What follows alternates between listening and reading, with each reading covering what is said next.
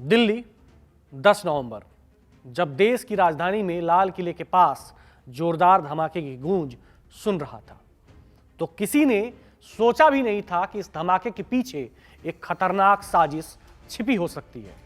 और जब जांच की परतें खुली तो एक नया चेहरा सामने आया, डॉक्टर उमर नबी। जी हां, वही डॉक्टर जिसका नाम अब पूरे देश की सुरक्षा एजेंसियों के रडार पर है।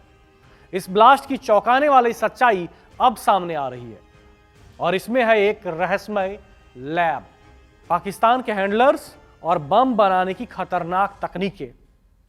सुरक्षा एजेंसियों के सूत्रों के अनुसार यह धमाका उस लैब से जुड़ा हुआ हो सकता है जिसे डॉक्टर उमर नबी ने फरीदाबाद में अपने घर पर बनाया था। यह लैब जिसे एक सामान्य घर के अंदर स्थापित किया गया था, बम बनाने के उपकरणों और विस्फोटकों से भरी हुई थी। क्या ये वही जगह थी जहां लाल किले के पास इस्तेमाल हुआ इम्प्रोवाइज्ड एक्सप्लोसिव डिवाइस यानी कि आईडी तैयार किया गया था? जानकारी के मुताबिक डॉक्टर उमर नबी ने पाकिस्तान से जुड़े अपने आतंकवादी हैंडलर से टेलीग्राम के जरिए बम बनाने की तकनीकें सीखी थी। वो खुद वीडियो देख देख कर बम बनाने के तरीके समझाता था और उसे अपनी लैब में आजमाता था। सूत्रों का मानना है कि इस लैब में न सिर्फ विस्फोटक बनाए गए बल्कि आईडी को और भी खतरनाक बनाने के लिए बारीकी से टेस्ट भी किया गया। फरीदाबाद में हुई छापेमारी में जिन विस्फोटकों के बैच जब्त हुए थे उनका वजन 358 किलोग्राम और 2563 किलोग्राम था, जिन्हें सूटकेस और बैग में पैक किया गया था। लेकिन हैरानी की बात यह है कि इन विस्फोटकों में कोई धातु के टुकड़े नहीं मिले थे, जो ये दिखाता है कि बम अभी बन रहे थे और उनका इस्तेमाल भविष्य में कहीं और किया जा सकता था। क्या ये विस्फोटक दिल्ली के कार ब्लास्ट से जुड़े हो सकते हैं? क्या ये हादसा सिर्फ एक दुर्घटना था या फिर इसका संबंध बड़ी साजिश से है? एजेंसियां अब इसी दिशा में जांच कर रही हैं और नए सुराग सामने आ रहे हैं जो इस आतंकवादी गतिविधि के मास्टरमाइंड के खिलाफ और भी ज्यादा सवाल खड़े कर रहे हैं।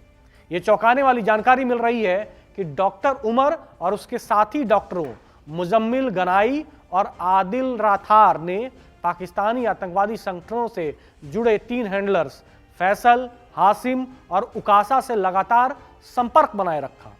ये लोग अपने कट्टरपंथी विचारों के साथ साथ बम बनाने के वीडियो भेजते थे और डॉक्टर उमर ने इन्हीं से प्रेरित होकर अपनी लैब में धमाकेदार बम तैयार किए।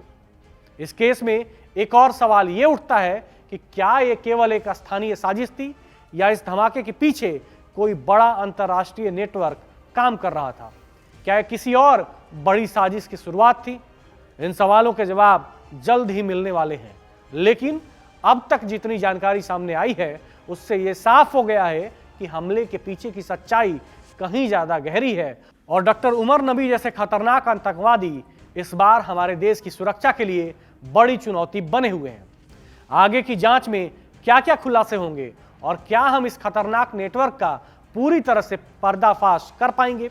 ये सवाल अभी भी बना हुआ है और देश की सुरक्षा एजेंसियां इसे पूरे गंभीरता से सुलझाने में जुटी हुई हैं।